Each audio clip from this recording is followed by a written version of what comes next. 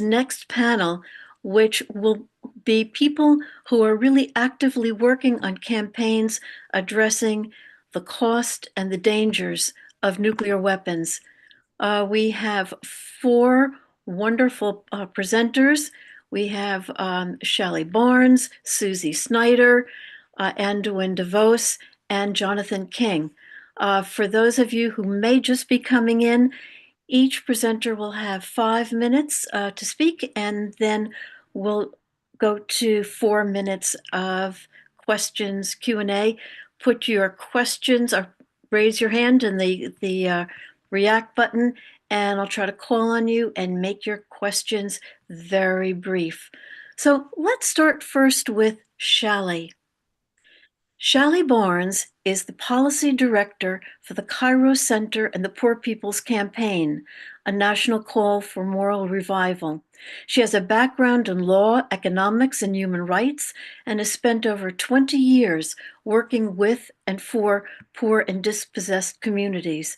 She has co-authored and edited groundbreaking reports on poverty, including The Souls of Poor Folk, The Poor People's Moral Budget, Waking the Sleeping Giant, the poor and low-income voters in the 2020 election, a Poor People's Pandemic Report, and I Didn't Have to Worry, a report on the impact of the child tax credit. More recently, she has been researching survival strategies from the pandemic and will have a report forthcoming in February on the projects of survival in the times of crisis. Shelley could not be here today in person, but she sent us a video. Cole. Thank you, Susan, Massachusetts Peace Action, and everyone who organized this conference. I meant to mention that Shelley's voice is a little faint in the video, so I recommend turning up your volume if you have trouble hearing her.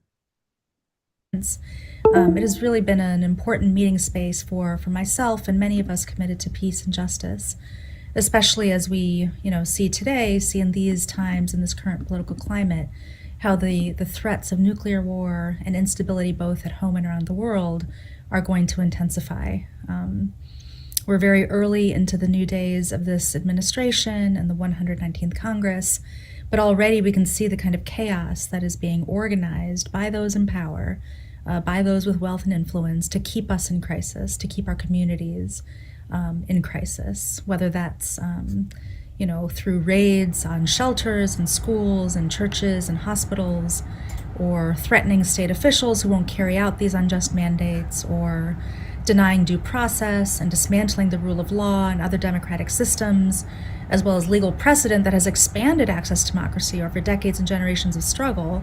We can see this direction that we're moving in, and we can see also how wrong it is. What we may not always be able to see is how unpopular it is, and I think we have to hold on to the fact that all of these measures are deeply unpopular. There is no popular mandate for this administration and for this Congress to implement these measures. And just one example shows us very clearly around anti-trans legislation. Just in 2024, there were nearly 700 anti-trans bills introduced in dozens of states. However, very few of them were enacted because this is not what people want to spend their time on. They don't want legislators to legislate anti-trans bills. They don't want anti-trans bills in the first place. And although the unpopularity of these measures isn't enough to stop the momentum, including that in 2025, already over 100 anti-trans bills have been proposed, including 3 at the federal level. This is a dangerous direction. However, it remains unpopular, and I think we have a responsibility to hold on to the fact that we can and will put out a different vision of society. We can organize our abundant resources to ensure that all of our rights, that everyone has all of our rights here and now and for generations to come. And this vision that we propose and put out into the world has to be bold and comprehensive and remind us that we deserve better than what's on offer, not just for this administration and for this Congress, but for whatever else falls short of this big, bold, beautiful vision that we have. And most importantly, we cannot afford to compromise on anyone, on any of our communities under assault, because this is our one true source of power. I don't think I have to remind you all, but we don't have the money, we don't have the force of the state or the power of the media behind our agenda, right? All we have is our moral clarity, but that moral clarity can be anchored in communities on the front lines among tens of millions of people, at least 40% of the nation, that's 140 million people, and in fact more, who do not agree with the direction this country is going and who desperately are searching for another vision because their lives and the lives of their loved ones are on the line and they know it. So I want to share an example of what this vision could be as we start this conversation this afternoon. In 2019, during the first Trump administration, the Poor People's Campaign, a national call for moral revival, put out a Poor People's Moral Budget. Now, this wasn't an actual line-by-line budget, but a model or a vision for how we could marshal our abundant social and productive resources towards, not only meeting unmet needs, but reviving our economy, reviving our society, reviving our politics from the bottom up. And it began, importantly, by cutting the military budget by, what was at that point several years ago, nearly half, by $350 billion. And that $350 billion would come from closing 60% of our foreign bases, ending the wars in Iraq and Syria and Yemen and elsewhere, dismantling nuclear weapon systems, and many other actions. The moral budget also included raising taxes on those who could afford to pay more, from Elon Musk and the compendium of billionaires who stood behind Donald Trump at the inauguration to other high wealth individuals and corporations and Wall Street. Just fair taxation on these entities could raise nearly $1 trillion in a single year. And if we decided, we could decide to move those funds into housing programs, into raising the minimum wage, into healthcare for all, into childcare and public education, into expanding democracy and addressing this climate breakdown that we're suffering through by moving away from a fossil fuel driven economy, from moving away from war to ensure our long-term survival on this planet. Now, this is the kind of vision we need right now, even if it is outside of our reach, even if it's outside of what's possible in this moment, and even as we're thrust into crisis after crisis that will demand all of our attention. Because as we make our way through this chaos, we cannot lose our footing in the darkness. That means connecting wherever we can on these front lines. It means building community and reminding ourselves and each other that we are worth more than this, that we deserve more than this, and that this that we deserve is the beloved community, and it is possible. I'm reminded this week especially of Reverend Dr. Martin Luther King and the last sermon he gave in Memphis before his assassination. And what he said in front of the sanitation workers who were on strike is that we are determined to be people.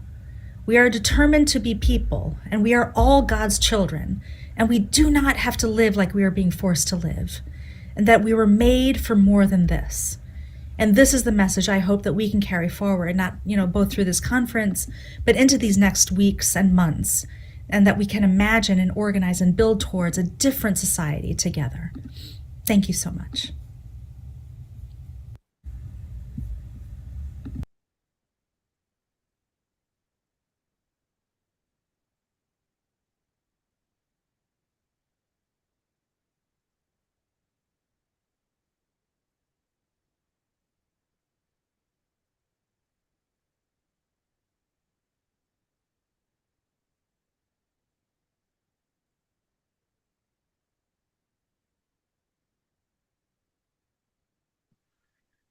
Okay, I'm glad we got that all straightened out. And thank you, Shally, for your wonderful, thoughtful, important words.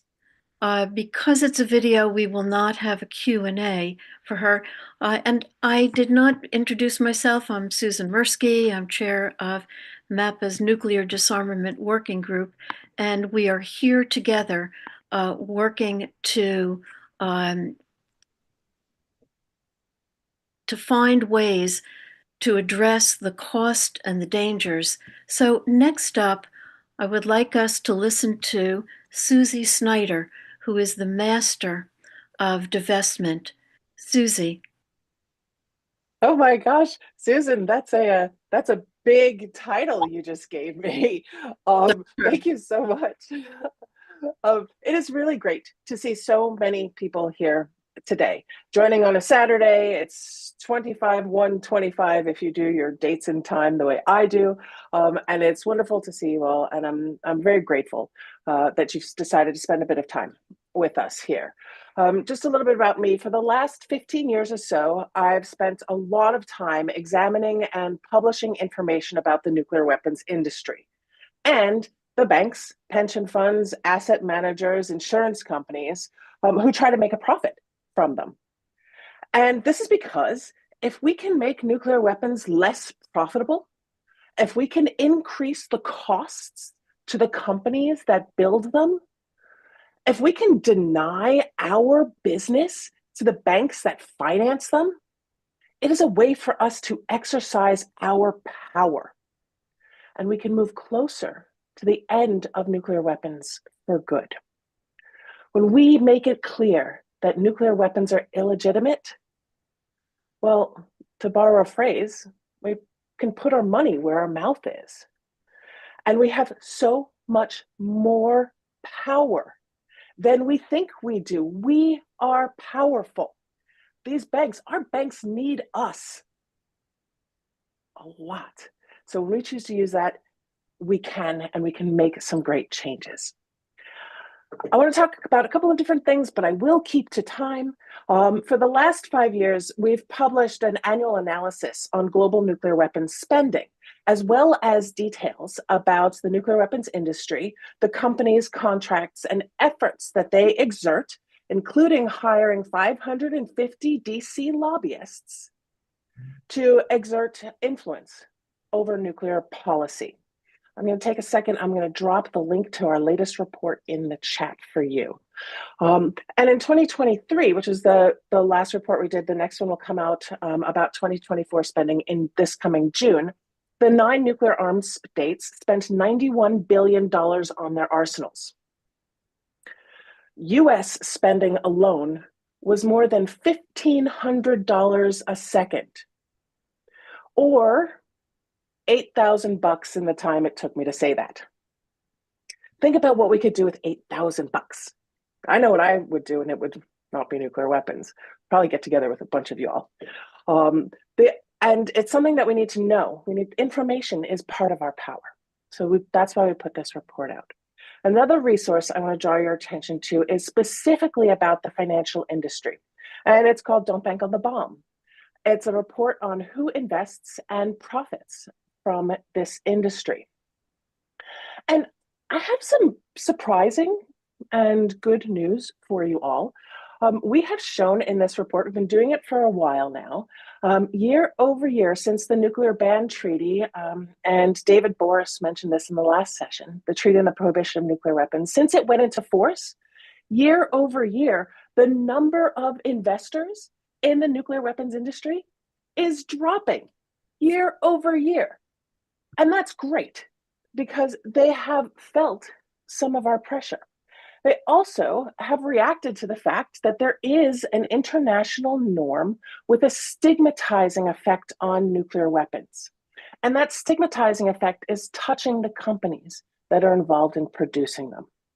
We also see some, more and more institutions that do take seriously a look at environmental, social, and governance considerations. They're turning their back on nuclear and other controversial weapons, not least because in a lot of countries, they're required to report and be much more transparent about their investments. And they can't get away with greenwashing if they invest in the nuclear weapon industry.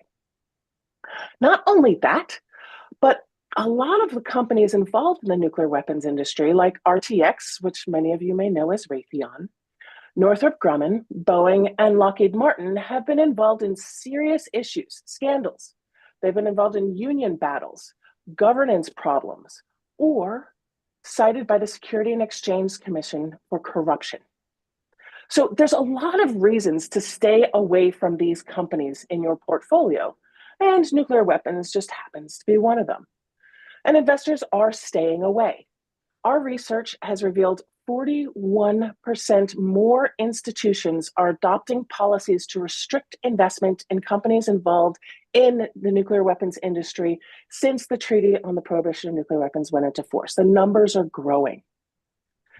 And this collaboration between the financial community and other stakeholders to help create a nuclear weapons-free future is on the rise.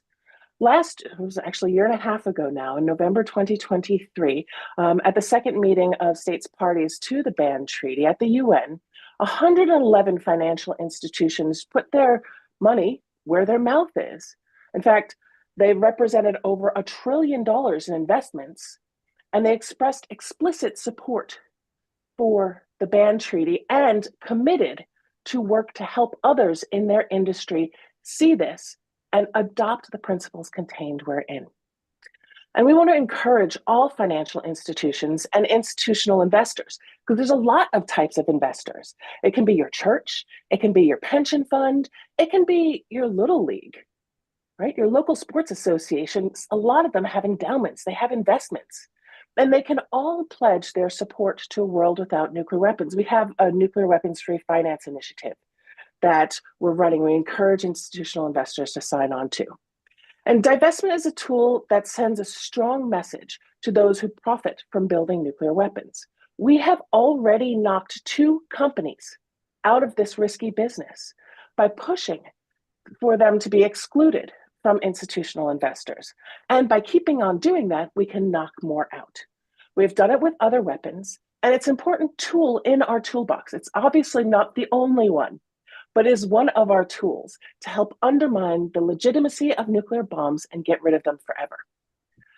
Divestment's one of the many issues we'll be talking about at ICANN's upcoming campaigner forum in New York on the 2nd of March. And I encourage you, if you don't know about it, you can get more information from me. I'll drop you the link. And we really want everyone to reach out to their bank, to tell them that they need to stop propping up the nuclear weapons industry, stop making a profit from these companies. And especially if you bank at Citi, Bank of America, JP Morgan Chase, or Wells Fargo. Get in touch with them today. Just send a message to customer service. Send a message on your banking app on your phone and say, why would you use my money to support the nuclear weapons industry? Because you never know. Your message might be the one that tips the balance and encourages them to finally get out of doing business with this nuclear weapons industry. I'm going to stop there so that I don't go over time. So thank you very much, and I'm happy for questions. Thanks for all your great ideas. And I see that we do have some questions. John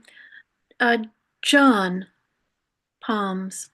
Thank you. I guess my big question is, why can't we just disarm? In other words, why would be the easiest way to save lots of money on nuclear bombs is to just realize that they're fundamentally immoral and unjust things to have, that it's wrong to be threatening the rest of the world with nuclear bombs. So all the time that you spend, or that we spend, going after the people who make them and the people who fund them, that is all time that you could spend on trying to promote the point that these are not useful weapons.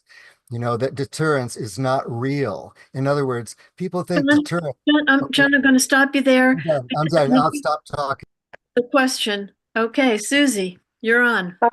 Thanks so much, John. And the thing is, there is a lot of pressure to keep this industry going and to keep making new nuclear bombs. We've heard a number of examples about it today. So we have to pick it apart. And so this is one way to pick it apart, to identify the companies, to identify the ones who are profiting from it. We also need to do things like congressional action. We do want to make the decision to disarm, but I don't have that power by myself. I do use my voting power to pick those who I think might be more likely to disarm. But it's not something that I can just go in and, take apart the bombs. We need people to make the political decisions and to do that. And then we need the technical experience to make sure it's done safely, because we absolutely do not want this to be done in a way that could potentially harm people. We already have a legacy of people who have been harmed through the production, development, and testing of these weapons, and we don't want to hurt any more folks. So I definitely want to push that, but we have to pull apart all of the threads on who keeps it going. And I think that's what, through all of these speeches here, all these conversations, we're really trying to do. Okay, let's go to next question. We have time for one more. Peter Bergel, did you have a question or did you take your hand down?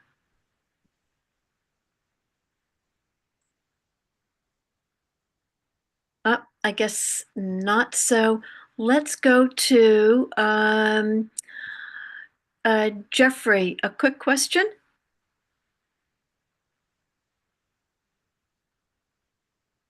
Maybe not. So let's go. IP address. I do. There you are. Sorry, I had to put the phone on mute.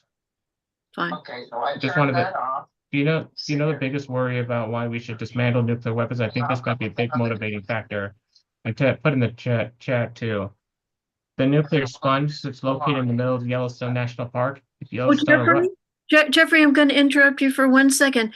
Do you have a question, a quick question for Susie? Should this be a motivating factor for why? Wait a minute. Should this be a motivating factor for why we should dismantle nuclear weapons, especially for those who live in the nuclear sponge? Listen. Hey, Jeffrey. Thank you. Can I saw what you put in the chat, so I'm going to save you the time for repeating it because it was so clear. I think this is absolutely a motivator to consider the impact of nuclear weapons use. We have to understand these are big, dumb, clumsy bombs that set off a 1,000,000-degree fireball that incinerates everything. That's what they are designed to do. They are designed for mass murder. And that we can't forget. We have to tell people the very basics. People forgot. We have to tell people the very basics to help motivate them and understand they are not useful in conflict. They're big, they're dumb, they're old. And we don't want to modernize them because that is not the way they would even modernize. They're still going to harm so many people. They could never be used within the laws of warfare, right? All of these things are part of the conversation. Like big, dumb, clumsy bombs are a bad idea. And if they land near you, and I worry about this a lot. I live in Europe where there's a lot of nuclear bombs around me and they're designed to come and attack me. And I don't want that to happen. And so I talk to people about it and I talk to people everywhere I can. And that's what I want to encourage people to do. And I'll tell you just one last thing. I do this funny thing when I travel. I go into bank branches when I'm traveling to new places. And I ask in the bank, say, hi, my name's Susie. I would like to know what your policies are in investing in nuclear weapons. And the bank tellers never know. But they say, well, let me take some information from you and I'll ask my boss. And so they get a chance to start a conversation and we get to bring this conversation to people who might not already be having it. So I encourage you to please think about that. And also, last thing, I do want to give a shout out to Peter Bergel, without whom I probably wouldn't be doing this work today. So just a little note. Thank you, Peter, for being such a cool guy. All right, I'll stop there. Thanks so much. Okay, I'm sorry we don't have time to go on to other questions. Thank you so much, Susie, for that very hands-on discussion. Let's go to Anduin.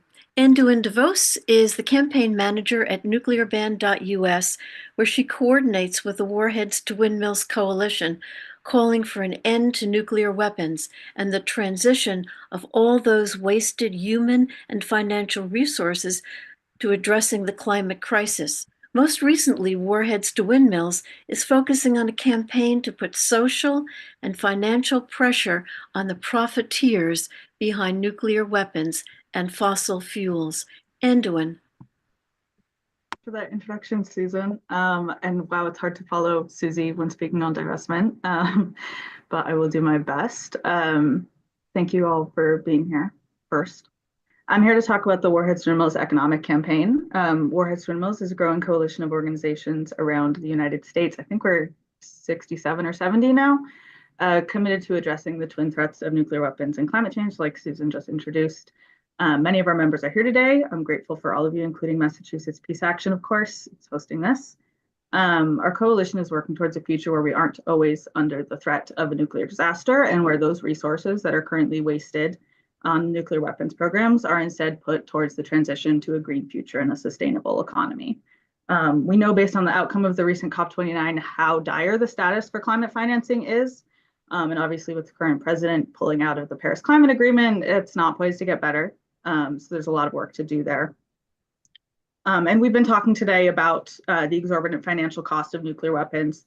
I also want to highlight the other resources that are being diverted into those programs, all of the intellect, manpower, human labor, and all the great engineering that gets devoted into those programs that is sorely needed for the issues that actually matter to the people of the earth, such as, for instance, addressing the climate crisis as much as we can before it's too late. And just a quick aside on that note, one thing I find quite interesting about many of these nuclear weapons companies is that they are leaders, or at least they call themselves leaders, in energy efficiency and green innovations. So when I'm talking about this kind of economic shift, it could be far smoother for workers and companies than we might imagine. We just need to push them in the right direction. And it was referenced earlier, and Susie was talking about how the companies are kind of guiding all of our nuclear weapons policies. So that's why we want to get to them. So that's why what we're doing with our Warheads to Windmills campaign, targeting the companies, nuclear weapons and fossil fuels, or pressuring the profiteers, as we like to call it. Our goal is to build financial and social pressure by getting more and more individuals, faith communities, education institutions, banks, and towns to refuse to do business with and divest their holdings and portfolios from nuclear weapons and fossil fuels. And I want to take a moment to emphasize how important this work at a community and local level will be under the current federal administration here in the US. We really have to do as much as we can locally within our own communities, towns, and in our own networks as possible, because it's going to be very challenging to get things done at a federal level. Obviously, we need to keep pushing that, and I'm actually in DC right now doing so, but it's going to be very challenging to see what we want to see at the federal level. So it's extra important to emphasize the local networks and work we can do locally. So Susie just spoke on divestment in the financial community. So I'm going to focus on the other places to engage in that work, which she also referenced. Thank you, Susie.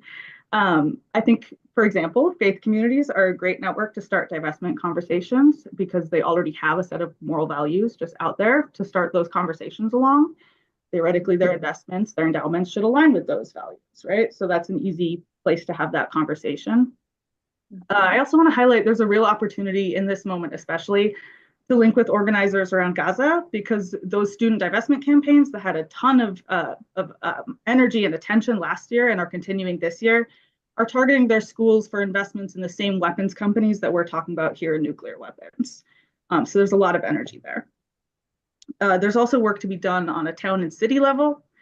For example, and this is just one example of many, my own town of Northampton, Massachusetts has passed a resolution to divest town holdings from nuclear weapons companies, and a disqualification of bidders order, so the town can disqualify bidders disqualify nuclear weapons companies from bidding on town contracts.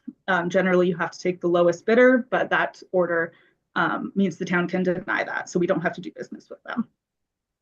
That's being worked on in other states and other towns around the country, and that's huge. We'll also be working on state level divestment of weapons of mass destruction in Massachusetts this year, which I'm really excited about.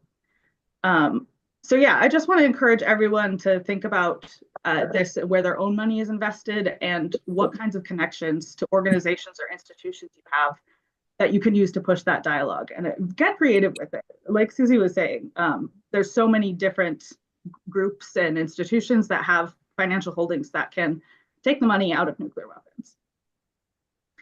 So what I'm doing with the Warheads to Windmills campaign is working to make all these kinds of efforts to put pressure on the companies as accessible as possible by building networks across the country, by sharing resources, on engaging in these kinds of dialogues, because it can feel daunting for the average person to start that kind of campaign. So we want to make it really as accessible as possible. We have tons of resources on our website already, warheadswindmills.org. I will paste the link in the chat. Compiling guides and tools for engaging in these kinds of conversations and creating longer campaigns at any kind of different target. We'll also be rolling out more resources, including a webinar series, which we've already started, to get more in depth on the specifics of these kinds of targets and how to have those conversations and create those campaigns. We are also organizing and have organized in the past virtual action hours for letter writing and social media campaigns to raise awareness and affect the public image of these companies, because it's not only a financial pressure game, it's also about social pressure. We want to shame them publicly and change the narrative around nuclear weapons. We want to make that work unacceptable to the eyes of the public. And if we can do that, we can hurt their reputations and ultimately their profits. I don't know where I'm at on time. I assume I'm hitting the limit there. So I'll just close with, we're in this moment where a lot of people want massive systemic change. And where they're looking for ways to come into their own power. And I think with finances and in your own community networks is a great way to do that. So yeah, I think I'll close with that. Great, thank you. And hearing about the dangers and the costs of nuclear weapons, thank you so much, Susie and Anduin, for giving us some real things we can do, on every single level. Thank you so much. I'm not seeing any hands. I do see some hands. Gary Goldstein. Yes, thank you very much. One aspect of the modernization program is that there are companies being formed and that exist all over the country that are looking for labor to build and extend nuclear weapons. There was a story about Connecticut where shipbuilding will be going on and nuclear submarines, nuclear weapon carrying submarines are being built near Mystic, Connecticut, and people from the corporations are recruiting young people to work in these new factories, essentially. Gary, your question? Yes, the question is, can we concentrate somewhat on that kind of labor that is a big way to support nuclear weapons, get more people employed? Yeah, I think getting part of the problem is that they're taking a great engineering minds and our workers straight out of colleges, straight like recruiting young people, as you were saying. And that's another way to link up with Gaza organizers. I'm thinking specifically my alma mater, Massachusetts. Some of the organizers there have been focused on getting Raytheon out of the career fairs, and they've been actually very successful. The past couple of years, Raytheon has not had a presence at the career fairs, so that's been huge. Yeah. Right. Good question, good answer, and I'm sure you all, if you in the chat in the audience have ideas about that Gary has posed, please put them in the chat. Let's go on to William Glassmere. Time for one last quick question. A friend of mine asked for specific advice about divesting her personal investments from nuclear weapons and fossil fuels. Any ideas? So in terms of personal investments, we actually just had a webinar called Demystifying Divestment, where we had a personal finance advisor, Nick Cantrell of Green Future Wealth Management, speaking on how to sustainably invest your personal finances. We've gotten some interest in doing a more in-depth webinar on that, so we might do that as well. But if you want the recording of that webinar, you can email me and I will send that to you, if that would be helpful. There's also some resources. I have the recording, and I will give my friend Nick Campbell's address. Thank you. Okay, thank you so much, Anduin, Thank for you. all the good work. And now let's go to Jonathan King. Jonathan King is the Emeritus Professor at MIT and co-chair of Mass Peace Action Board. He chaired the program committee for this conference. Jonathan, thank you so much for all you have done, all you are doing, and will continue to be doing in the area of fighting nuclear weapons. Thanks, Susan, and everyone. Can you hear me? Yes. Yes, okay. So, for millions of American families, the crisis they face are in their everyday lives: inability to obtain adequate health care or health insurance, fear of being evicted from their housing, or inability to obtain decent housing, problem with public schools still not recovered from the COVID-19 crisis, paying off college loans, or being able to continue in current higher ed programs. These neighbors rarely have the luxury of worrying about climate change or nuclear war, which are distant crises. I'm going to describe some current campaigns, in addition to warheads to windmills, which start with these current crises. In fact, all these daily human needs crises represent the diversion of national wealth from human needs to the military budget. Sadly, this is understood by very few Americans. The number of people who know that more than half their income tax dollars go to the war industry is pitifully low. So I'm going to show you the first of these is called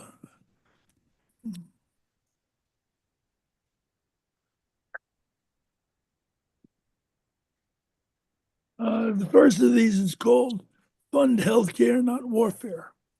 And this was an effort to forge closer relationships with nurses, public health workers, and other healthcare workers. And now, of course, given the crazy proposals from the government, hundreds of thousands of biomedical researchers.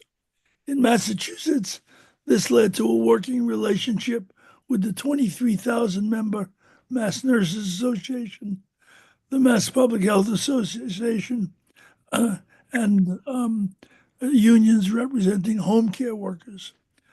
The nationally communications have been opened up with the American Public Health Association, largest in the country, and National Nurses United.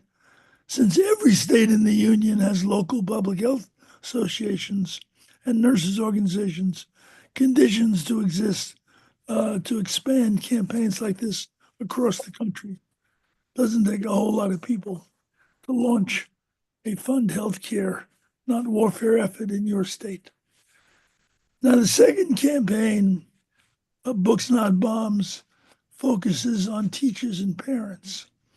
And this has opened up working relationships with the 110,000 member Mass Teachers Association and the 28,000 member American Federations of Teachers, Massachusetts. Nationally, we're engaged with the National Education Association and the American Federation of Teachers. Sadly, since very few states have statewide parent associations, reaching parents is much more difficult than reaching teachers. There's no general path. The third most general effort is the People Over Pentagon campaign. This is a general education and mobilization effort to cut the bloated military budget. But it has a viable national budget focus through the People Over Pentagon Act, H.R. 1134, which is led by U.S. House of Representatives, or former House of Representative Barbara Lee, and Mark Pocan, who's a sitting rep from Madison, Wisconsin. This act would cut $100 billion from the $750 billion Pentagon budget, reducing waste, encouraging lawmakers to spend the funding on true needs of their constituents instead. So, because there's a congressional expression, all of you, any of you, can contact your rep, your senators, and ask them to support the People Over Pentagon act. And we hope this will develop in much more muscular fashion in the period to come. That's all I want to say formally, but it's important again to recognize that if you're facing a crisis that you can't find health care for your parents, you have to talk to those people about what would be needed in the richest country on earth to do that. And it's so clear that cutting the Pentagon budget, cutting the Sentinel missile, Dave Boris document, was it Richard or David? Richard, I guess, listed some of the programs that could be greatly expanded by closing down the Sentinel missile program. So one clear focus we would like to come out of this conference is whatever can be done to discredit, pull back, lessen, slow up the Sentinel missile program is worth our political attention. Thanks a lot.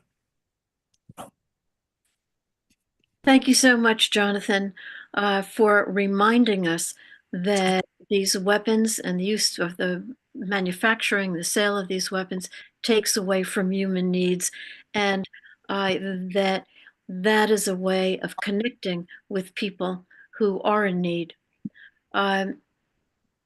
Thank you so much for everybody on this panel, for all of your actions, your activities to address nuclear weapons. I'm seeing that there's a hand up from a telephone number. 1847. Do you have a question?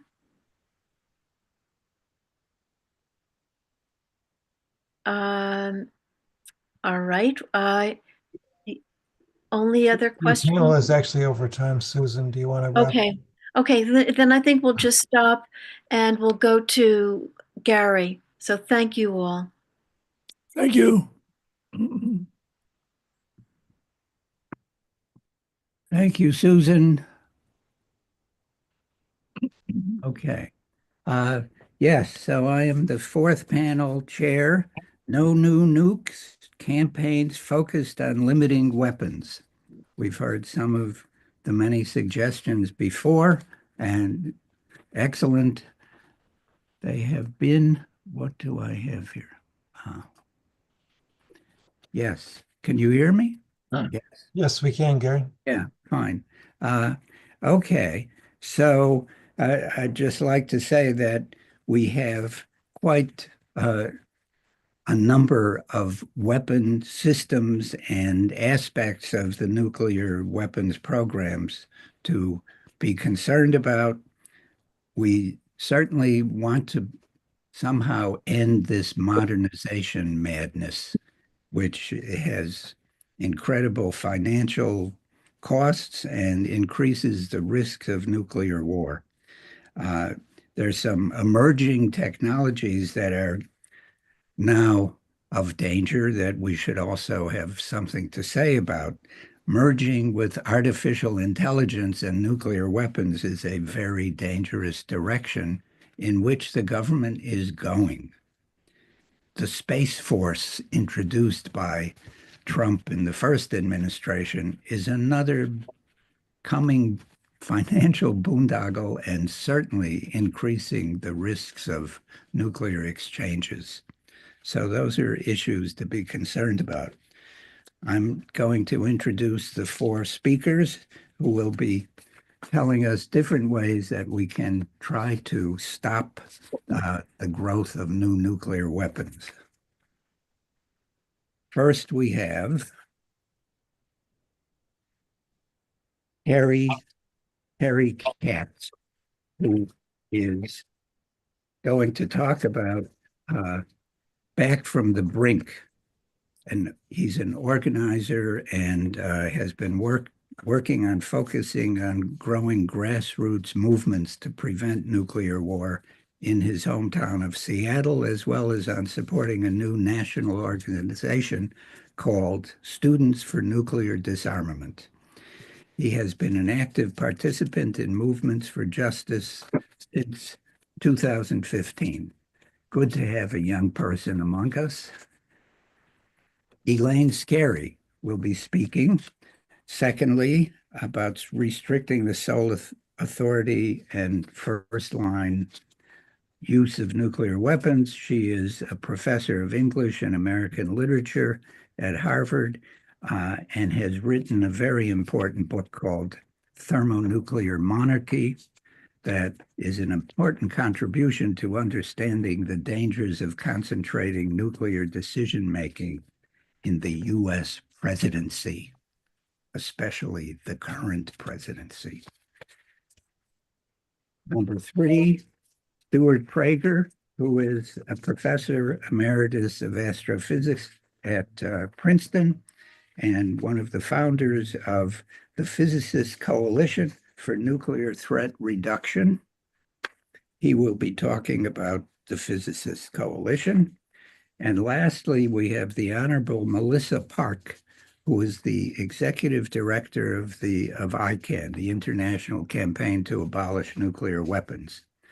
She's a former Australian Minister for International Development, former Australian Federal Member of Parliament, and before being elected to the Australian Parliament, she worked as an international lawyer with the United Nations in Kosovo, Gaza, New York, and Lebanon.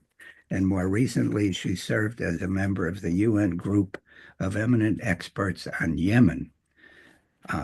And she continues her work as an ambassador for ICAN from Australia. So thank you, Melissa. And now we will begin with Harry Katz. Thanks, Gary. And hi, everyone. It's an honor to be here with all of you today. I was asked to speak briefly about what Back from the Brink is working on this year and how people can get engaged in our work if you're not already. I know most of us here are familiar with Back from the Brink, but just to quickly introduce our coalition for those who may not be, Back from the Brink is a national coalition that's building a grassroots movement here in the US, calling on our government to take serious steps to reduce the threat of nuclear war and pursue a world free of nuclear weapons. We have 5 policy goals, including for our government to begin negotiations now with the other 8 nuclear-armed countries for a verifiable, time-bound agreement to eliminate their nuclear weapons. Over 450 organizations and hundreds of local and state elected officials have endorsed our policy platform so far, and over 80 cities, counties, and state legislatures around the country have as well. And just to share a bit about how I got involved in this work, I grew up going to peace demonstrations with my dad in 2003 and 2004. And in high school, I became very concerned about climate change and fossil fuel air pollution. So I threw myself into the climate movement. And I was involved in a bunch of different groups, and especially the youth climate movement. And in the past year or so, I've been learning more about the risk of nuclear war in the long term. I learned that if there's just a 1% chance of a nuclear war each year, the probability of it happening in the next 50 years is actually about 39%. And that's extremely frightening to me. But I think just as important to me deciding to get involved in this movement was learning about the freeze movement back in the 80s, which I know many of you were involved in. And I know the historian Lawrence Whitner has concluded, based on declassified government documents, that our movement back before I was born successfully pressured our government to dramatically reduce the risk of nuclear war. And I know we can do that again. And Back from the Brink's broad, longer-term goal is to build a strong, active, politically powerful, and diverse nuclear disarmament constituency in the US. And we're very proud to work together with so many of you on this call in partnership towards that goal. And just to share three of our main priorities for 2025. First, local organizing. Our network of local Back from the Brink hubs is growing, and expanding and supporting that network is a key priority of ours. And just as an example, I'm currently coordinating Back from the Brink's local organizing here in the Seattle area in partnership with our Washington State Hub, Washington PSR.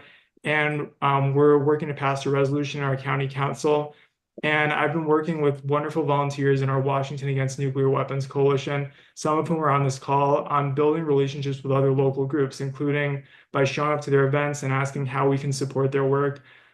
We've been making presentations about preventing nuclear war to other groups, tabling, and we've been focused on engaging labor unions, legislative district groups of political parties, and Rotary clubs. And we also like to branch out more to parent-teacher associations and faith communities this year as well.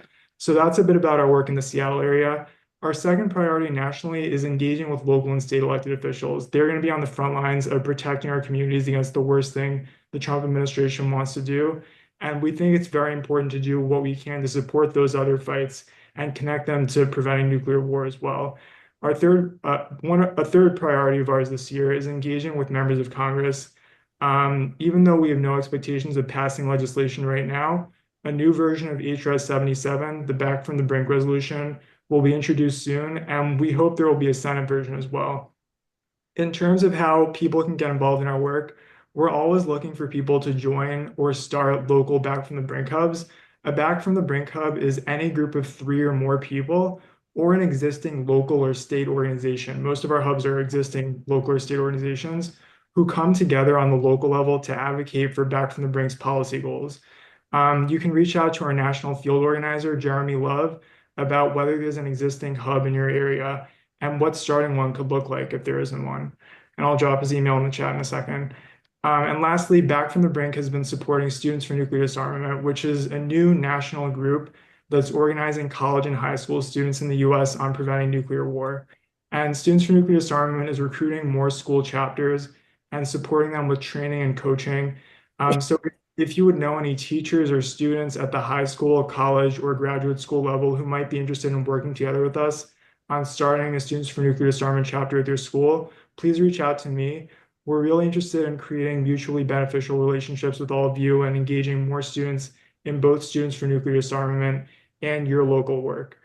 And I'll drop our contact information in the chat. Thanks so much for having us today, and I'm excited to hear from the rest of the panel. Thank you. We have a few minutes for questions. Do I see any questions? I should say myself at Tufts University, we have a newly formed student group of students concerned I have about one. nuclear arms. Yes, question? Yeah. Would this be a good, you said the fusion of AI and nuclear weapons, correct? So would this be a would these be good keywords to actually help in the stopping of the fusion of AI and nuclear weapons? Remember the Terminator and remember the Matrix. Would those be good keywords to use when on social media or out protesting?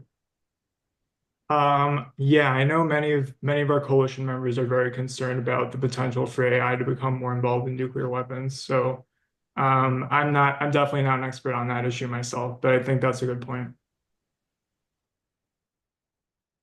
Okay. Other questions? If not, we can move on. Thank you, Harry. So next, we have Elaine. Elaine Scary. Yes. Hi, everyone. Yeah, and that was very exciting to hear Harry Katz's description of the growing young student groups. I'm talking today about first use and its dangers and remedies. I think most of you are familiar with it, but I'll give a quick review of it. Nuclear weapons, our nuclear architecture has 2 key features.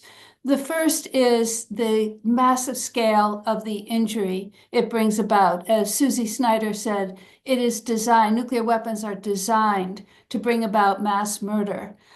The International Red Cross has said if even a single city is hit, its worldwide resources will not be able to help.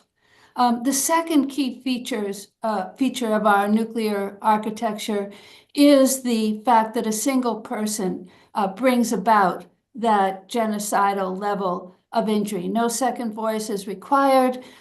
We know from missile man Bruce Blair that the launch order is half the length of a tweet. In various times, particular leaders, by their reckless actions, have made us particularly concerned, whether President Trump or Biden's war making or things Putin has said or the head of North Korea. But the fact of the matter is that when you look at historical documents of presidential papers, it turns out that there are at least 10 times when presidents have considered first use of nuclear weapons and considered it very seriously.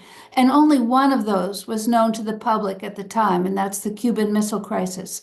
Even the most calm and psychically admirable president does not make first use arrangements safe. It is a preposterous and obscene arrangement. So on the one hand, you have this gigantic magnification of injury to the people of Earth and all other creatures. And on the other hand, you have a miniaturization of authority. And it's crucial to realize that democracy and governance in general was designed to bring about exactly the opposite. Social contract theory in general, and our own Constitution in particular, try to reduce to a minimum the amount of injury and to expand to a maximum the ground of authorization. And nuclear weapons just turn that on its head. There are two crucial tools with which presidential first use and sole authority can be dismantled. One of them is international law. And I think, as you know, the International Treaty on the Prohibition of Nuclear Weapons has been signed by over 90 countries and ratified by 73.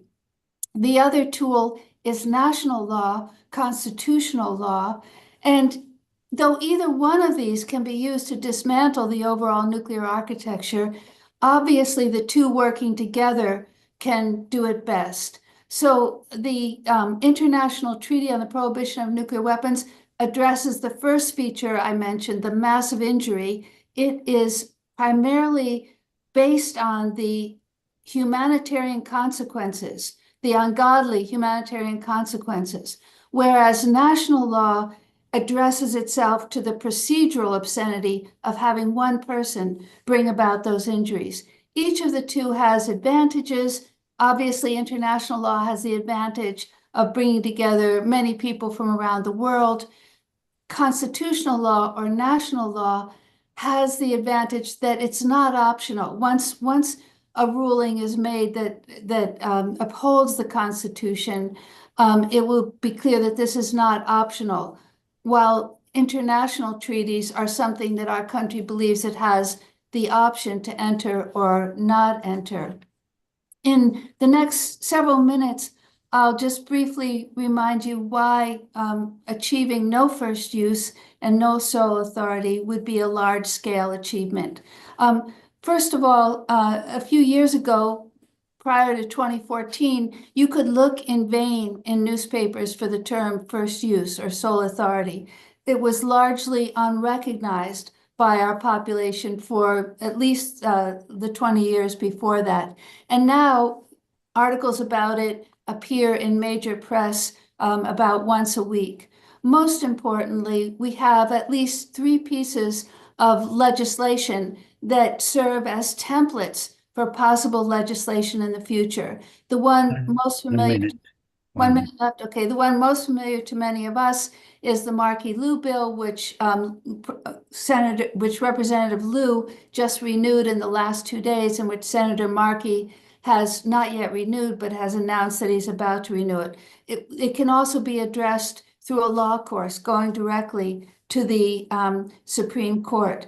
So no first use can be achieved by legislation, by a law case, or by the popular will, or by a presidential act of somebody, one of the presidents bringing about no first use by executive order.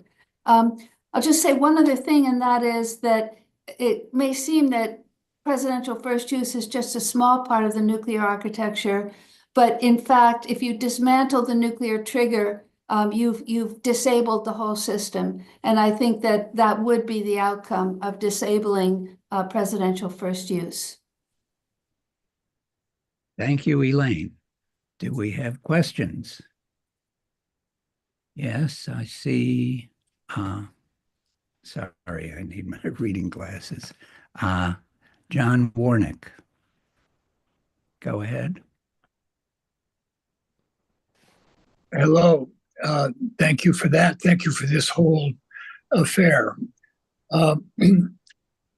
Elaine, what you say is, of course, terribly much to the point.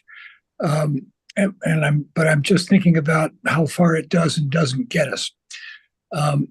I worry about no first use being the emphasis, just as I worry about reduction being the emphasis, because the only way of making no first use not happen is the elimination of the weapons.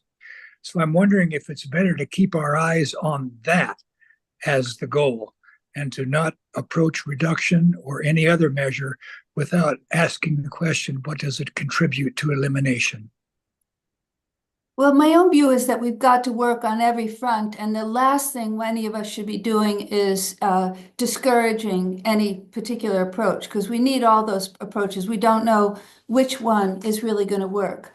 But just because I believe so much in the importance of first use, I'll just point out that since at least 1946, nuclear weapons have been recognized as essentially first-use weapons.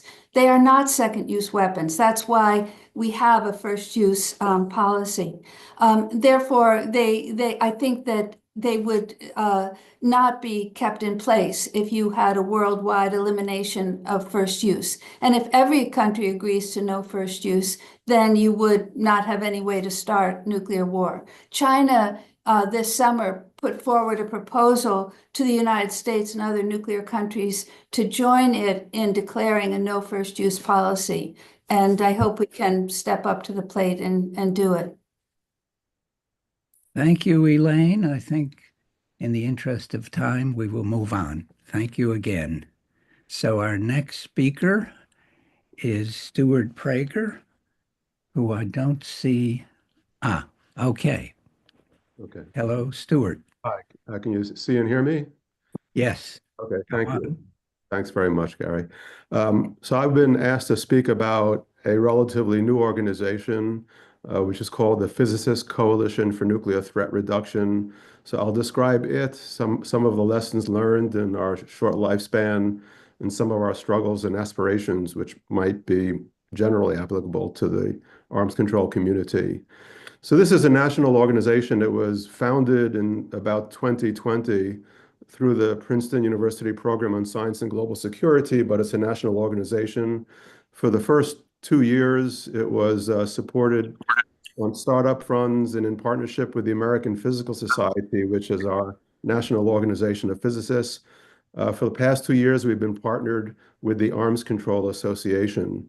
The premise for the coalition is that physicists, because of the association of our profession with nuclear weapons, both historically and current day, that we, if we're organized and mobilized as a national network, that we can perhaps be an influential, additive, somewhat unique voice for arms control and disarmament.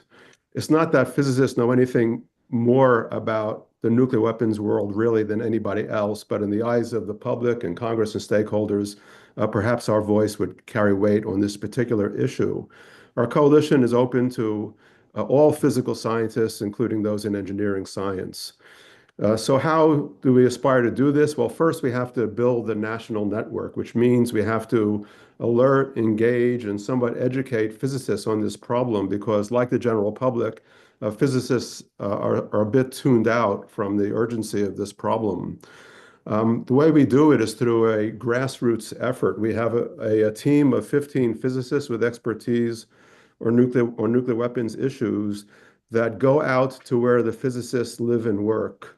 And in so doing, we've made 170 visits to institutions across the country where we give colloquia on nuclear weapons issues, have discussions, and try to recruit Those visits have mostly been to university physics departments, but also nuclear engineering departments and some national laboratories. Through this and some other techniques, we've recruited about 1,500 physical scientists to the coalition, which isn't a big number compared to those in the United States. But if you get a subset of that lobbying in concert in Congress, that can have an effect. We observed that our messages resonate. I thought we would get people giving us pushback, but generally our message is broadly resonant with the audiences, particularly early career scientists. About half our members, at least, are early career scientists.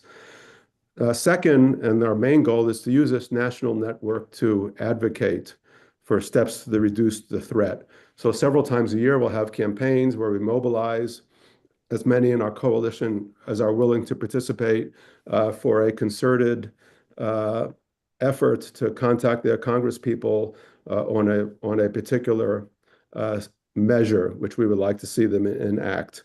We've also had our first lobbying day and lobbying 3 days in Washington, D.C., where we got 35 members of the coalition in Washington visiting 53 different congressional offices. So that's the bread and butter of what we do, mobilize physicists for this kind of advocacy. We're also now reaching out internationally. This is a global problem, so we're making contact with our counterparts in other nations, and we've extended our effort to Canada. So we're now visiting Canadian universities and laboratories as well and trying to alert the Canadian community of physical scientists to this problem and get them activated if we can. And we're beginning discussions with our counterparts in European NATO nations. We're also aspiring to engage with local peace groups where we can perhaps link up coalition members at a particular location with other peace groups at that location so they can together go and advocate. Like all groups, we struggle with how we can make a difference on this immense problem with very little resources. And this is a challenge that everybody has. And here I'm going to close with just a general observation. The arms control and disarmament community might benefit from some concerted, community-wide, long-range strategic planning where the community asks itself, if we're limited only by our ideas and not by resources, what would we possibly do that in 10, 15 years can have a transformative, not incremental, but transformative effect on the nuclear weapons world? If there's a conceptual answer to that, one can imagine developing a plan with funding requirements, some time-bound goals, and trying to get funding, and maybe such an aspiration can reverse what seems to be a bit of a decline in funding for this community and clearly the extreme lack of resources. I say this because this is something that's done routinely in the physics community. So this sort of naturally occurs to anybody in the physicist coalition. Physicists also have multi-decade grand challenges that are highly aspirational. And what we do routinely is bring together the physics community in a particular subfield, and we work for 1 to 2 years to bring people together that have diverse viewpoints, diverse self-interest and organizational interests, but everybody comes together with one grand plan and then sells it. And some of the big successes that you read about in the newspapers from big science come from this kind of community building process. And so I'm just going to close in just saying that that would be something that I think would greatly benefit the arms control and disarmament community. Thank you. Thank you, Stuart. I've joined. Yes. Okay. Are there questions? I see John Warnock's hand is still raised. Is that for a question now? You're muted.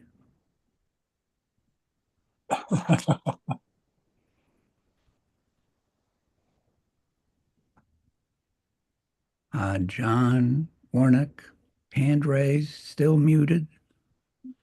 Sorry, my hand is still raised, but I just didn't mean it to be. But I want to thank the presenter for the suggestion to bring people together in that community building exercise. I think that's a great idea. Thank you. Okay, other questions? I don't see any other hands. So yes, we are right on time. Thank you, Stuart. And now we turn to Melissa, who will tell us about her work with ICANN and related ideas. Thank you, Melissa. Thanks, Gary, and thanks for the invitation to be here. And it's wonderful to be among all of these, caring people. Shaylee in the last panel referred to Martin Luther King quote. I'm going to refer to another one where he talked about the fierce urgency of now, and that there is such a thing as being too late. Nuclear weapons are the only devices ever created by humans that have the capacity to destroy all complex life on Earth.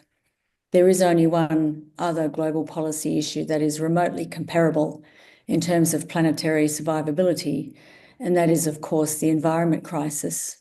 But nuclear bombs will kill us and the environment a lot faster. And so long as any nuclear weapons remain anywhere, they are bound one day to be used, if not by design, then by mistake or miscalculation. And that one day could be tomorrow. With the modernisation of nuclear weapons and the increasing use of artificial intelligence by the military, the situation is even more dangerous. That's why, as the 2024 Nobel Peace Prize winners, Nihon Hidankyo, the survivors of the US atomic bombings of Hiroshima and Nagasaki, have been pleading, our urgent attention must be on total nuclear disarmament. The dinosaurs didn't have the option to avoid the asteroid that made them extinct. But nuclear weapons are not part of the natural world that we are doomed to suffer. We do have a choice. We can choose to eliminate the existential risk by eliminating nuclear weapons. And of all the global challenges we face, this is the least complex. Humans built nuclear weapons. Humans can dismantle them. All it requires is political will and leadership.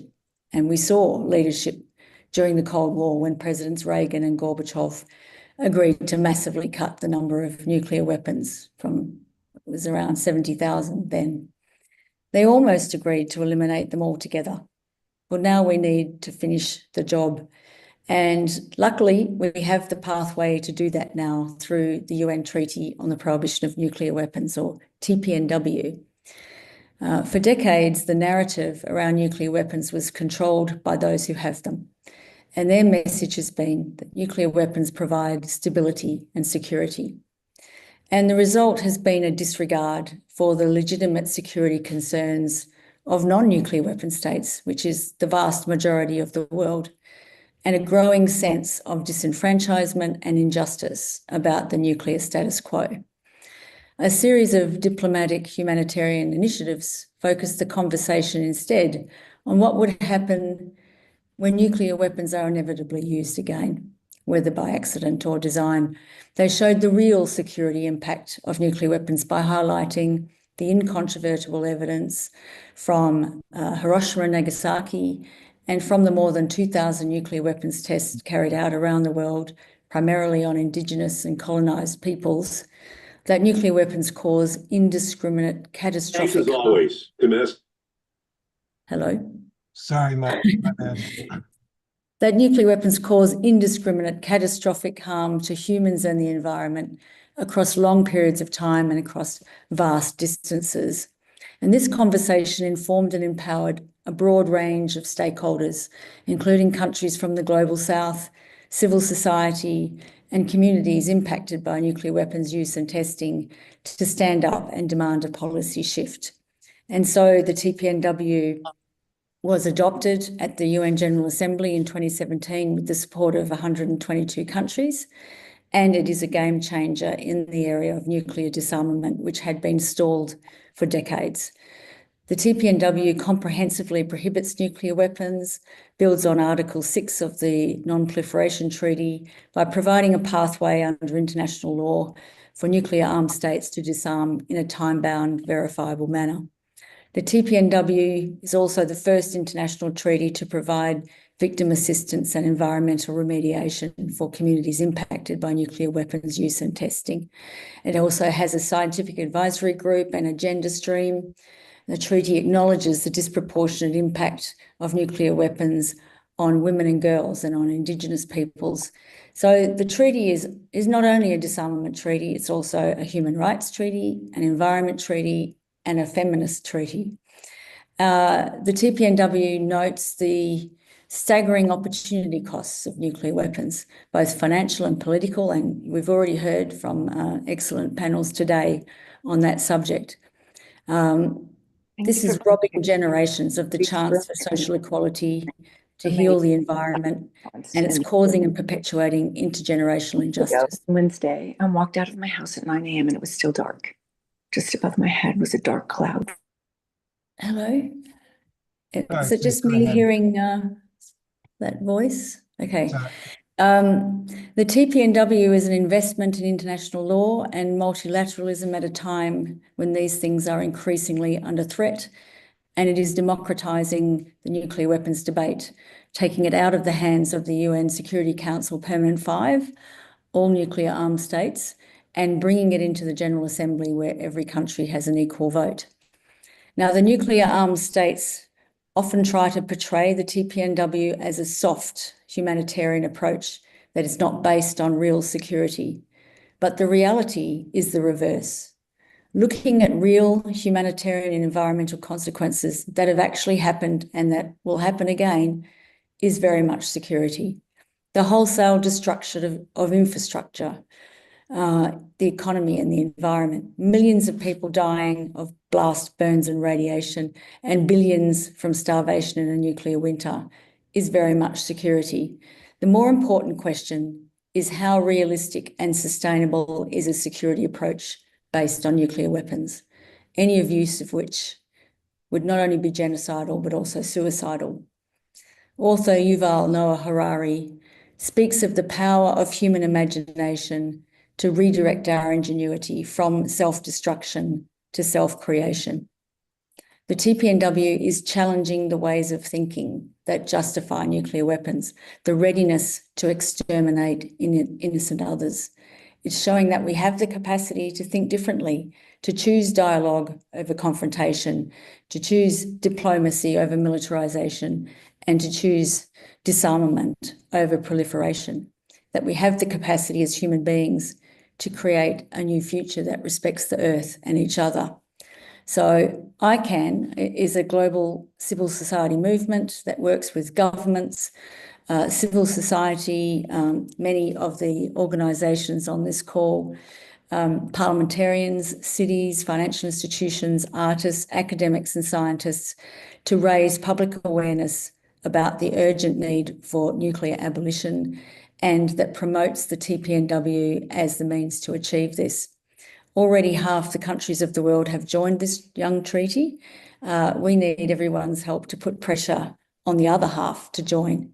Working together, each of us lighting our own small candle, is how we can and we will eliminate nuclear weapons from the earth. Thank you. Thank you, Melissa, especially for hearing from another side of the earth. Yes, questions? Do I see raised hands? John Palms has a question. Go ahead. Thank you. The treaty is a wonderful thing, okay? But the 5 most heavily armed nuclear nations are not party to that treaty. They are also the 5 permanent members of the UN Security Council. So it should seem that they should be somehow made to react to the fact that there's this treaty out there and that they're the guys and gals who have the authority to use the bombs, as Elaine Scarry pointed out. So, you know, we didn't talk about President Trump much in this discussion, but that's supposedly part of the deal here. So why don't we go after the presidents or the executives of these 5 most heavily armed UN Security Council nations and try to get them to say, how could you use one of these things on anybody? Who do you care so little about? How can you use one without hurting yourself? They're not practical. So your reaction. Well, thank you, John. Exactly. I mean, that's what we do. We hold this mirror up to the nuclear armed states all the time and invite them to join us in a conversation about this. But the fact is that it's been the failure of the nuclear armed states to disarm in accordance with their international legal obligations under the Non-Proliferation Treaty that led to the need for this campaign to have a new treaty on the prohibition of nuclear weapons, because they were simply not only failing, but refusing to disarm. And so the whole point of the campaign is based on the earlier successful campaigns to ban landmines and cluster munitions, is that you ban those inhumane weapons and then they become morally and legally unacceptable to use. And it's the only thing the rest of the world could actually do to put pressure on the nuclear armed states, because we can't force them directly to disarm. So it's about putting that pressure on them. And the more states we can have joined up to this, and of course, most of the world does not have nuclear weapons or rely upon them in their defence policies. So the more pressure we will put on nuclear armed states. And I think we have to be alert also to opportunities that come along. And with President Trump talking in his message to Davos about entering into discussions with Russia and with China about denuclearization, I think that's the sort of opportunity, sort of occasion that we need to jump on and support, and make it not just something that gets talked about, but something that actually happens. Thank you, Melissa. I think that is the closing of our panel, and we're about to enter into a new panel with Ed Markey and others. So thank you all who have contributed, and I hope we will continue discussing these issues in the future. Thank you, Gary. Our last panel is on congressional initiatives. So we've heard about the issues, we've heard about the campaigns. Now we're going to hear from 2 members of Congress, what they think is possible in Congress to do about it. And finally, we'll close with the citizens' call to action from Jody Evans. First up is Ed Markey. He is the junior senator from Massachusetts. He was since 2013. He was a representative from 1976 to 2013. He is unquestionably the champion of nuclear disarmament in the U.S. Senate. Senator Markey wasn't able to be with us today, but he sent a video, and I'm going to play that video now. Let's see.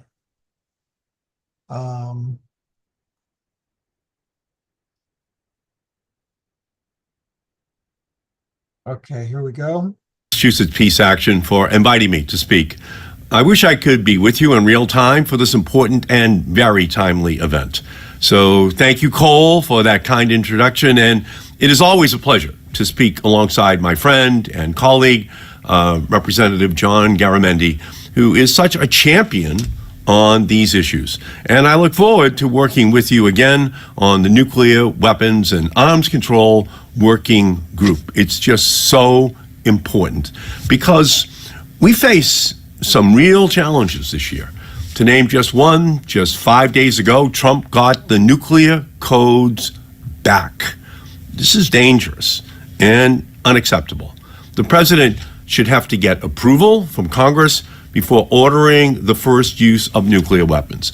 As proposed in my legislation with Congressman Ted Lieu, We will introduce that bill again this Congress.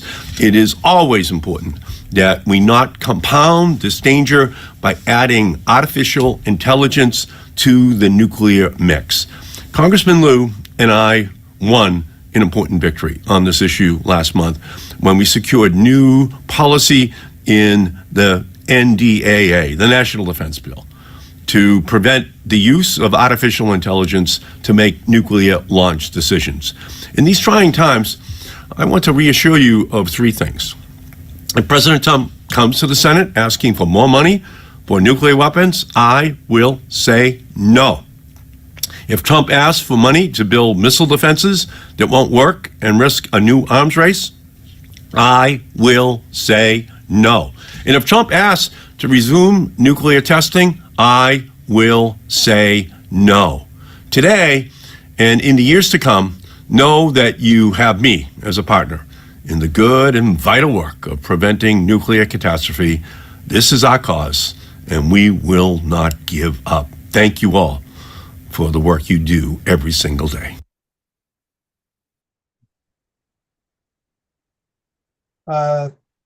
Thanks to Senator Markey for those inspiring remarks. We can't take questions because he's not here to answer them. I'm going to move right on to Representative John Garamendi.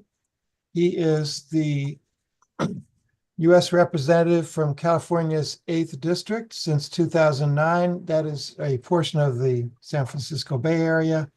He is a member of the Armed Services Committee in the House and ranking member of the Readiness Subcommittee and a member of the Progressive Caucus. And he is an advocate of arms control, negotiations, and nuclear disarmament, as I'm sure he can explain better than I can. Representative Garamendi, the floor is yours. Very good. Thank you very much. I had the good fortune of listening to the previous panel. And of course, once again, hearing from my dear friend and colleague, Senator Markey. Thank you. Thank each and every one of you that are participating in this, because it is extraordinarily important what you're doing. You are part of what we have to have, and that is a broad coalition of dedicated people all across this nation and indeed around the world that are willing to spend a great deal of their time and energy and intelligence trying to figure out how to move beyond nuclear weapons. For me, I've been at this now for well over 40 years, back into the 70s and the 80s when it was a very hot topic. It's not today. This is not a major issue across the United States, nor is it a major issue in Congress. Although Senator Markey, Senator Merkel, as well as Don Beyer and I have put together this nuclear weapons and arms control working group within Congress. There's about 30 of us that have worked on this together. As we go into this new Congress, we expect to see that number substantially expand as a result of some successes that we had last year. And Senator Markey spoke directly to at least two of those, and that is the no first use policy and actually putting into the National Defense Authorization Law, that's now the law of the land, that AI cannot be used in the decisions making about whether to use a nuclear weapon. There are many, many pieces that we need to work on here. The broad creation of support all across the nation is task one. So thank all of you for doing that. There's specific issues that require our attention. Legislation, no first use, for example. And then there is the necessity to understand in detail what is actually taking place in the arms or the nuclear arms industry. And I'm going to focus for a few moments specifically on that. With the New START treaty, President Obama had you agree to a rebuilding of our nuclear enterprise. And that's been underway now for well over a decade. The result of that is that the United States is in the process of refurbishing, rebuilding, and building new nuclear bombs as a result of the $2 trillion enterprise to rebuild, modernize our entire nuclear arsenal. I happen to think that's an extraordinary dangerous and an extraordinary waste of money.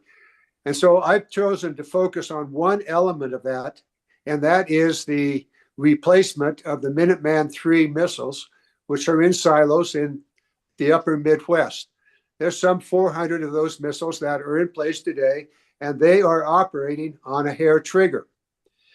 The repurposing or the rebuilding of the nuclear system has decided that the Minuteman III must be replaced with a new missile and a new warhead because the Minuteman III is old. Well, it turns out it is old, but it is still viable. The problem here is twofold. The new Sentinel, the replacement missile, and the new warhead is a $220 billion project over the next decade. The Minuteman III is in and of itself an extraordinarily dangerous weapons system. The Sentinel, should it ever replace the Minuteman III, will, like the Minuteman, be an extraordinarily dangerous system because it is a system that is a use it or lose it situation. If there is a warning of a nuclear attack, the president has basically 15 minutes, maybe 10 minutes, 10 to 15 minutes to make a decision to launch those land-based nuclear weapons, or they will be wiped out by the incoming nuclear missiles from China, Russia, or wherever. That creates an extraordinarily dangerous situation. Those of you that have followed this over the years know that this situation has arisen in the past. The good news is somebody decided it really wasn't a true actual warning. It was a false alarm or some other element involved. So here's where I'm coming from. And that is the American triad is not necessary as a deterrent. The other elements of the triad, that is the nuclear submarines, as well as the airplanes, provide sufficient deterrence. Now, we can go into a whole long discussion about whether they even need to be, and some of the people that spoke earlier spoke wisely and correctly about nuclear weapons at large. But right now, the move to replace the Minuteman III is not only expensive, but it will continue a very dangerous situation. Now, the good news is that the extraordinary cost increase to the Sentinel created what is known as a breach in the Nunn-McCurdy law, which requires that the Department of Defense go back, restudy, and go through an entire process to determine whether the Sentinel should be continued. Unfortunately, the previous administration started that project, but did not complete the review necessary and required by law. Going forward, I think it is highly doubtful that the new Secretary of Defense knows anything at all about this, and it is highly unlikely that the Department of Defense will complete, as required by law, the Nunn-McCurdy review. For those of us on the Nuclear Weapons and Arms Control Working Group, we will continue to push for that complete review because it is, in our opinion, and the opinion of anybody that wants to study this, that the Sentinel is dangerous, unnecessary, and because of the extraordinary cost, will deny the Department of Defense critical alternatives that must be addressed in the years ahead. For example, what have we learned from the Ukraine war? So looking at this in total, it is extremely important that all of you that are participating today continue to work in those specific areas in which you are presently engaged. I would also encourage you to take a look at the work that the Nuclear Weapons Arms Control Working Group is now doing and will continue to do, specifically on the Sentinel program. We have an opportunity here to delay or hopefully terminate the Sentinel program. Should we be able to do that, then the question arises about the triad in and of itself. Now, do I think that success is at hand? Well, we're going to grow our coalition within the Senate and the House, and it would be very helpful for those of you that are familiar with senators or members of Congress that are interested in the nuclear weapons issues, urge them to join the working group. The more we have on that working group, the more likely we will be able to push policy in the correct direction. So with that, I think I'll let it go. If you have questions, I'll try to answer those. Thank you, Representative Mendy. Please raise your virtual hand if you have a question for the congressman.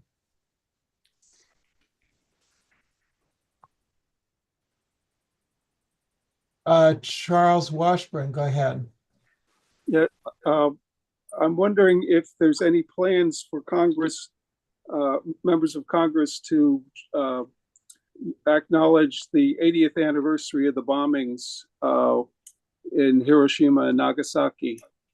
I know there's an annual commemoration there. I've been in a conversation with my representative, Jim McGovern, who's considering going. And I'm wondering if anyone else is thinking about, Congress is thinking about how to leverage that anniversary. Well, the answer is yes. Jim McGovern will probably lead it. I'll certainly join Jim, and I'm sure Senator Markey will also. There'll be a resolution. What will be the effect of it, given the current Congress? Probably won't get out of committee.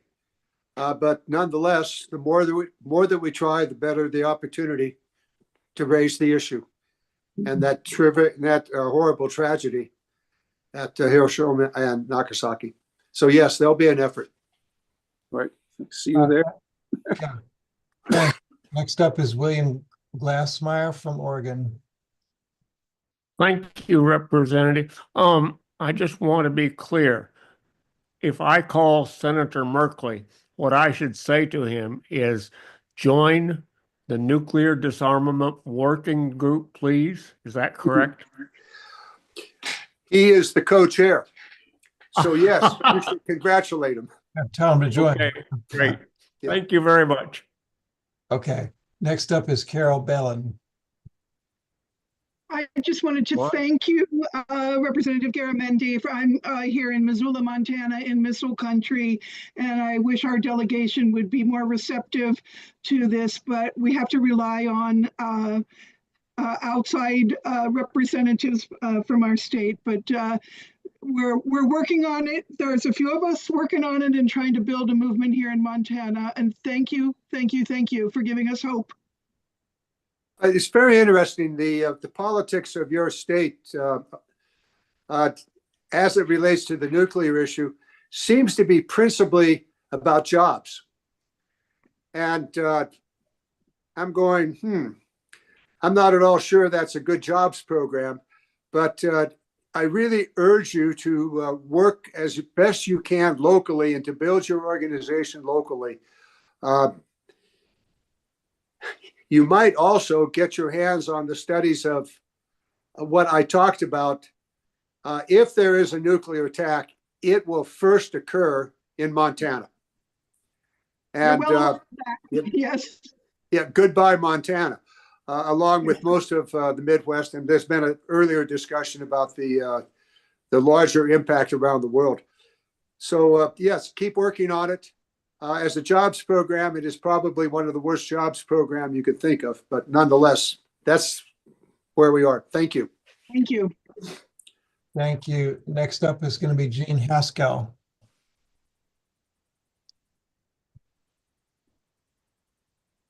Muted.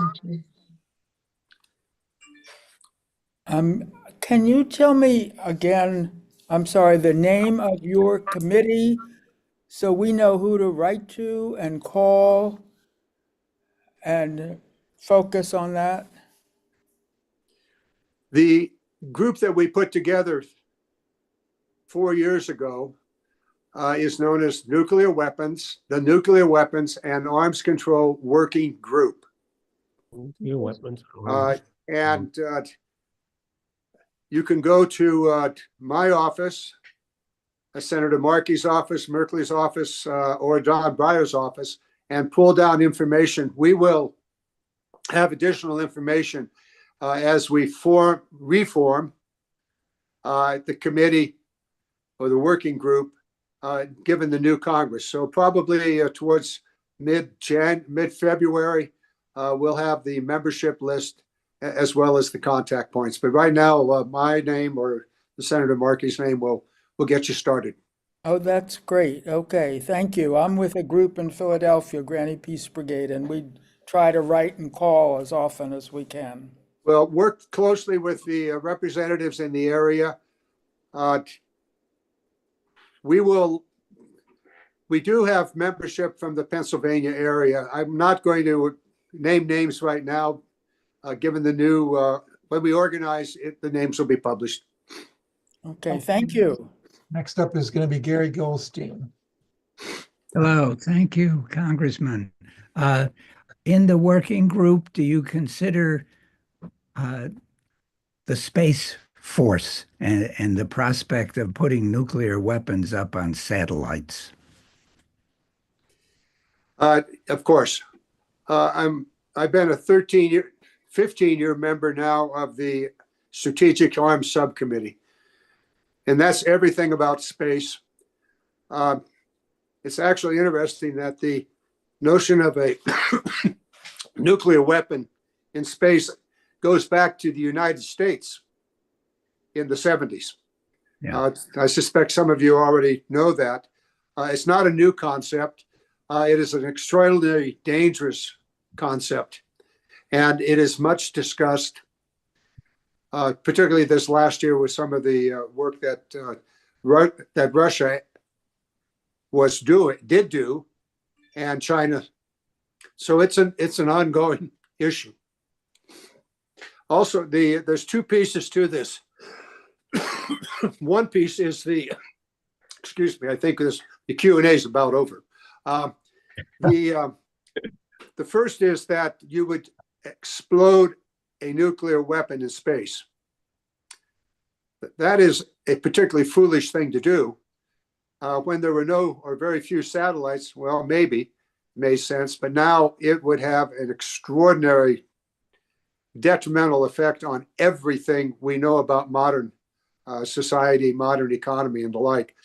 The other is that satellite would itself be a bomb that could somehow be deployed somewhere on Earth. Either way, it's an extraordinarily bad idea. I'll take one more question, and then my voice is going to say enough. Okay, I was going to say we're running low on time, but we could take one more from Nancy Goldner. Go ahead, Nancy. Thank you so much for appearing, Representative Garamendi. I played quite a big part in making sure you were invited to speak today. I just want you to know I'm very supportive of what you're doing. And I happen to be scheduled on Wednesday this coming week to a meeting with my local congressional rep. I made sure I was on the list, and I was wondering what I could do to recruit him. What would you want me to say to him? Well, first, I suspect you have a very good working relationship with the individual, and that there is already a sensitivity to this issue on his or her part. I'm not sure of that, but that would be Rep. Auchincloss. Well, I would. You know how to advocate on this issue, so provide the best information you can, and then do inform them that we have this working group and that we seek participants in Congress as well as the Senate. Excellent. Thank you. Thank you. Thank you so much, Congressman, for giving us this perspective, these words, and for outlining some plans. We appreciate it so much, and good luck in your work. Thank you very much, Cole, and thank all of you for your extraordinarily important work on this issue. Thank you.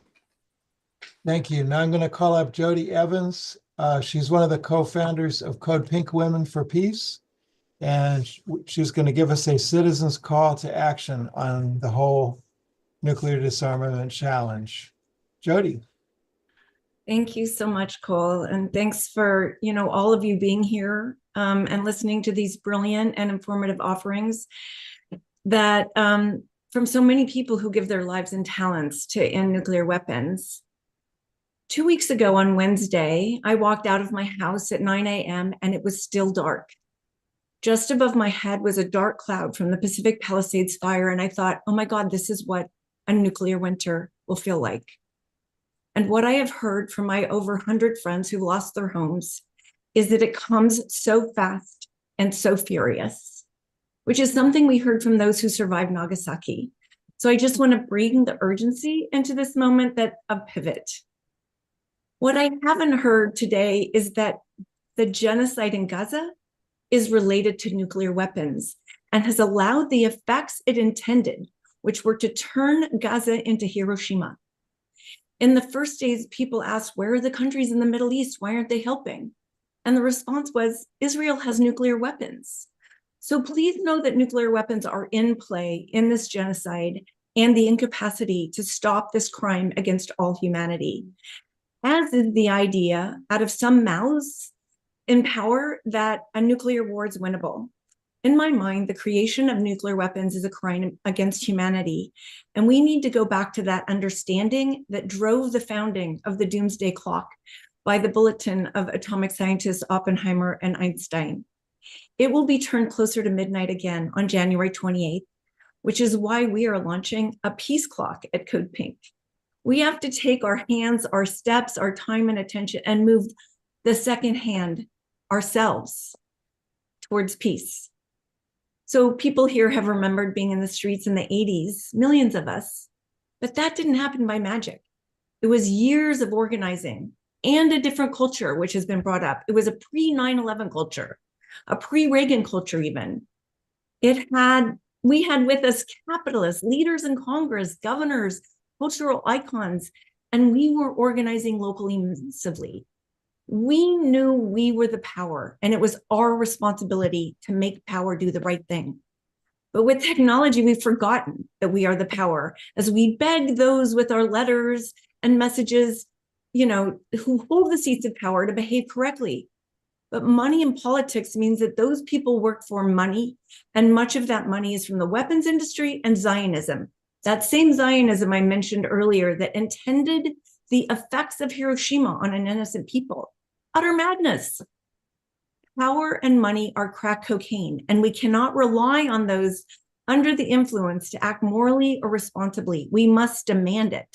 And to demand it, we must build this movement. That is our task. White settler states have nuclear power and want to deny everyone else parity.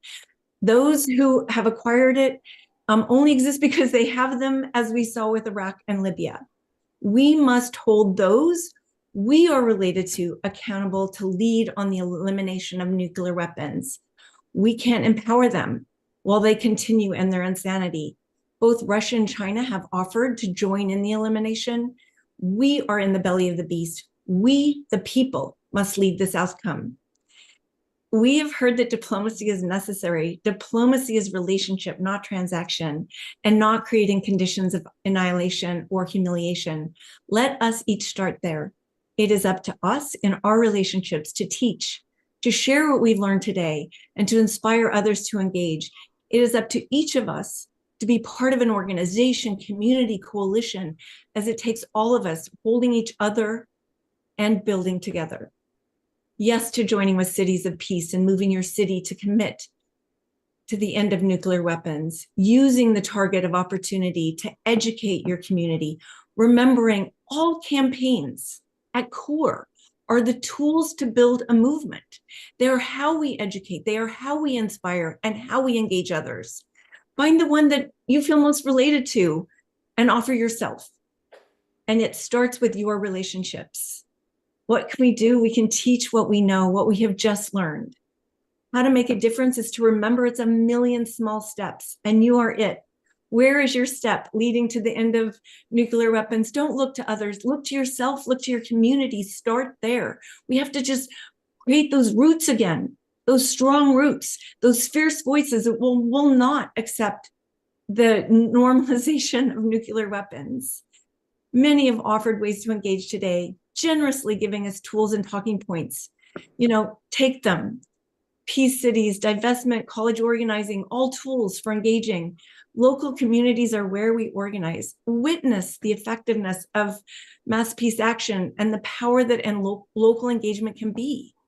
Create opportunities to teach, to share what you know, what you've learned, and what matters to you. Power must be built. Power must be built. We need to understand that. We need to become the force that overwhelms, exposes, and does not allow the culture that thinks nuclear weapons are useful or a good idea.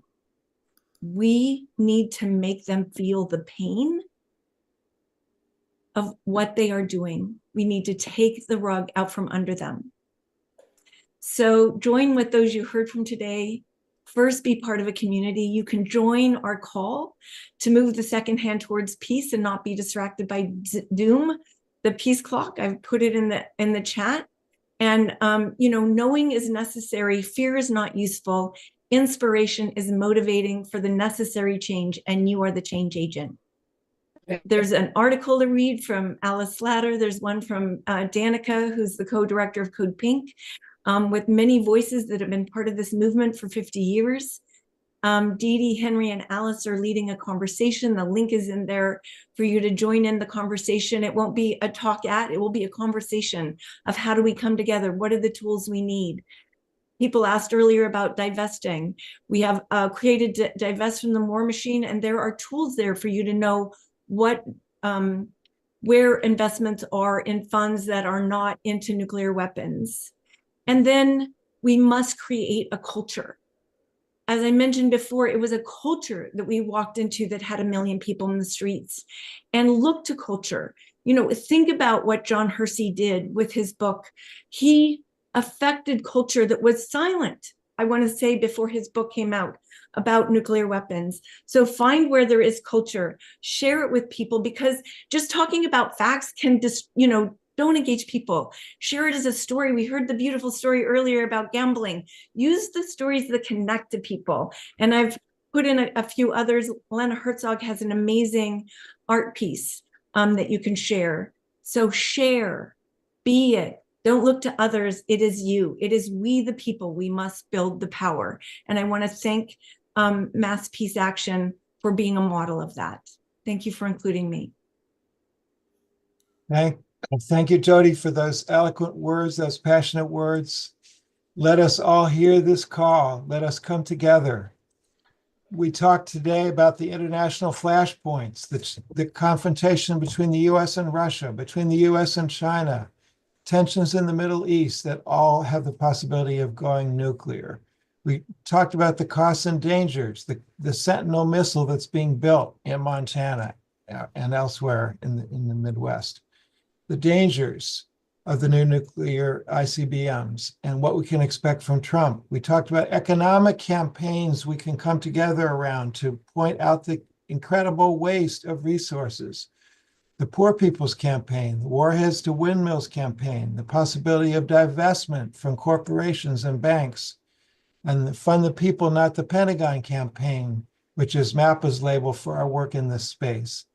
We talked about campaigns focused on limiting the weapons themselves, the Back from the Brink campaign, the effort to restrict sole authority and first use, the Physicists Campaign for Nuclear Threat Reduction, and the Treaty on Prohibition of Nuclear Weapons. And we heard from Senator Markey and Representative Garamendi what our allies in Congress are doing.